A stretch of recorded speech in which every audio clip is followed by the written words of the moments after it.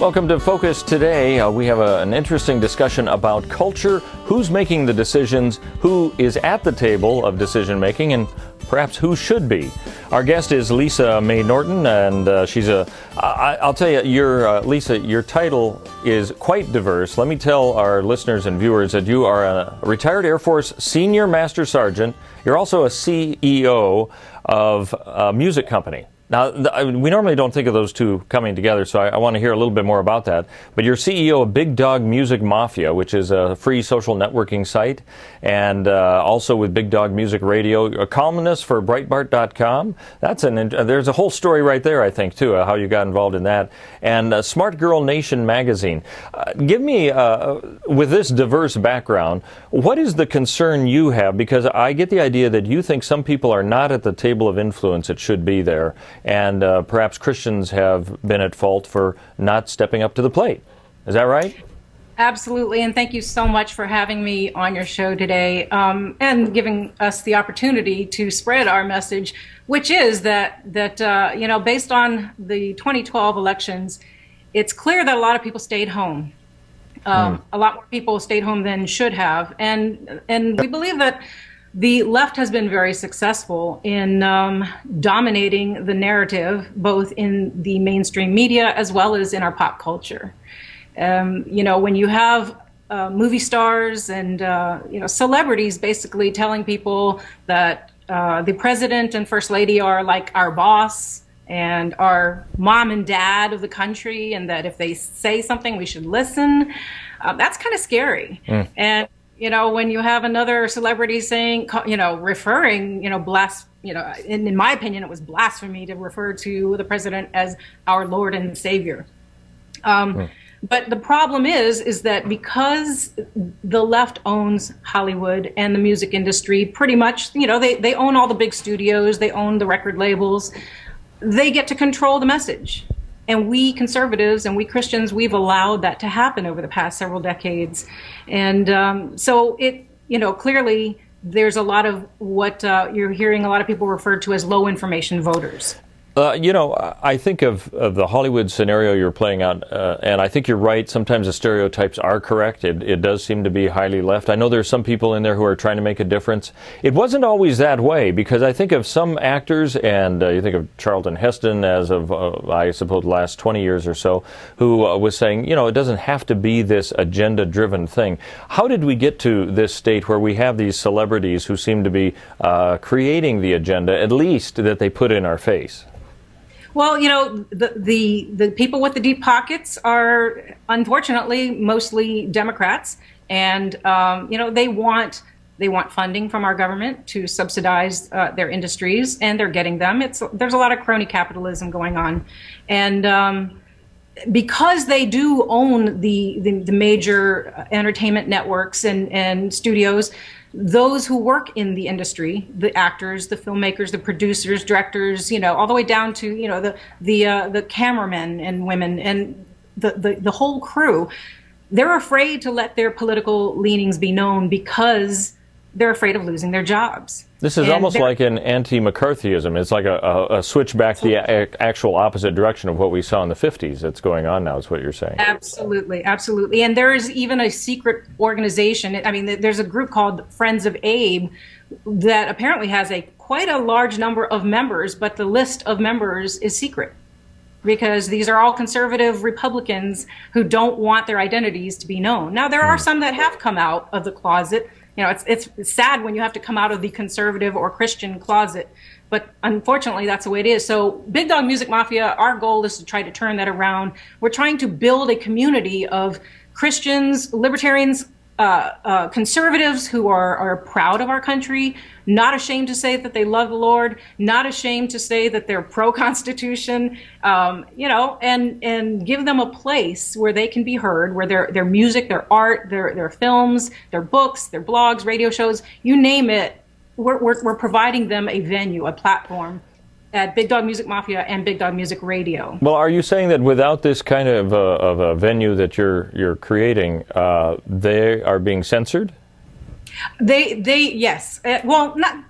I don't know if censored is the word. Is they're not having doors opened willingly to them. We've had many artists who in their own communities are surrounded by liberals who are not very friendly to them when their political leanings become known, or they don't want to hear about God, they don't want to hear about the American flag, they don't want to hear anything patriotic, and really we're not saying that all these artists need to be writing songs about politics or patriotism. We're saying that support artists who are talented, who happen to be Christian, who happen to be conservative or libertarian, so that their names become household names. And they're the ones whose messages now will be heard by the quote unquote low information voters, instead of a bunch of celebrities getting on a video demanding a plan for gun control. Now, with the way that we've seen how music is being distributed, films also as well, I mean, we saw where Kickstarter.com now was the first way in which an Academy Award-winning documentary was able to be funded. We've never seen that before, through just people donating to it. Are you finding that this is a good time to be able to make that possibility for music and films being made, because the networks and Hollywood doesn't necessarily have that stranglehold on the market like it used to? Exactly. Thank God for new media. The internet has opened so many doors. It's enabled us to do what we're doing at BigDawg, having a social site, having an internet radio station, being able to do radio shows.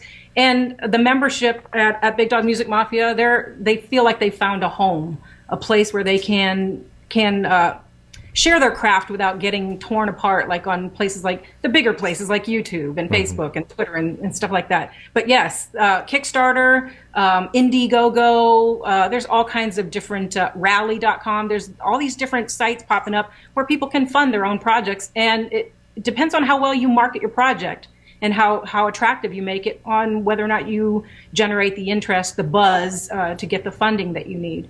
Now, it's obvious by what you're talking about that you are in the throes of this. You're kind of seeing this every day, this kind of, I wouldn't call it a battle, but this dilemma that you want to see resolved. Do you find a lot of Christians kind of look at you a little glazed-eyed, wondering, what are you talking about here? Or do you find that they understand this and they just haven't known what to do? Well, there is already a great market out there for Christian music. Thank God. There's Christian radio. There's your network. It's not so much the Christians who are having a hard time getting on, getting some airplay, getting on labels and things like that, because there is a huge market out there. It's the whole conservative. It's because our nation's more divided today, I would argue, than it has been in decades. Because of this current administration. They're dividing us along religious lines, racial lines, gender lines, class, the ruling class versus the worker class. We're very divided. And so because of that, the conservatives are having a harder time getting their message out to the terrestrial stations and your traditional platforms. So we're making use of new school marketing. All right, let's say a conservative comes to you and says, I'm a filmmaker, I'm a musician, and I need to get this message out. I think this is terrific. I got a great product, but nobody's watching it, listening to it, whatever it is. What can you actually do to help them?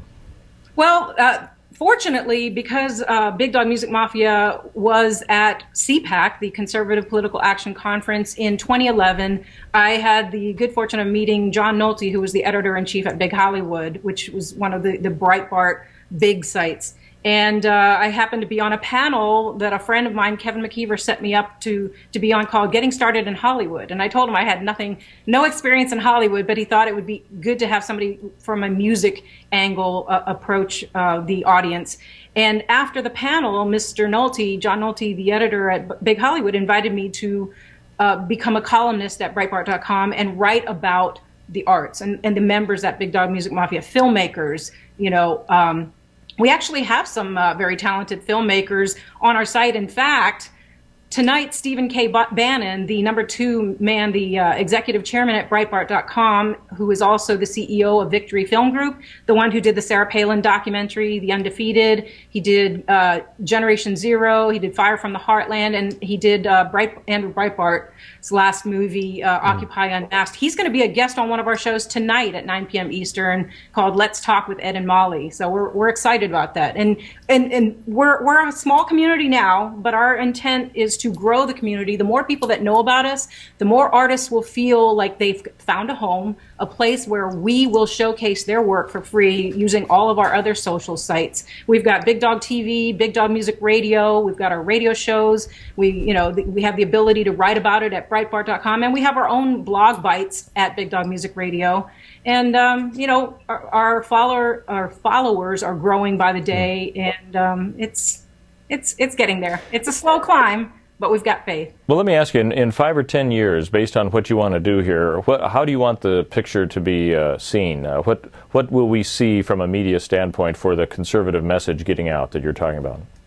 Well, we're hoping that we make it so that conservative is once again considered cool, because we have been put in a box. When people think about conservative arts or artists, especially musicians, they think, oh, it's all just a bunch of country singers or Christian singers. No, we at BigDawg Music Mafia, we've got everything from hip hop to heavy metal to Celtic music to folk music, pop music. We got it all. And what we're trying to show people is that, yes, we conservatives, even though we do work hard, we have a lot of other talent that God has given us, and we're using them. And we're trying to encourage, and hopefully encourage, some of the bigger name conservative artists to join in the basically join in the fight, because this really is a fight for our country. What is a good website for people to go to find out more information about this, since you're diversified in quite a few different places? Well, BigDawgMusicMafia.com is the sort of the central place where members can join. It's free to join. You set up your own profile page. You can add your website links. You can upload your music videos from YouTube, your MP3s. Everybody has their own music player on their page. And then we feature the music on our homepage as well as on our radio station, which is running 24/7. We also feature the songs on our 4 weekly radio shows, and we're about to have 2 more new radio shows. Cool. One of them called Salt and Light, because Sarah Palin said that culture is the key influencer in society, and we are to be salt and light. All right. Great. We believe that. Good. Thanks for being with us. Lisa Mei Norton with BigDawg Music Mafia. You can go to their website, BigDawgMusicMafia.com. And coming up in just a couple minutes, we're going to be hearing from the author of a book called Dancing Upon Barren Land. It's all coming up on Focus Today. Hi, I'm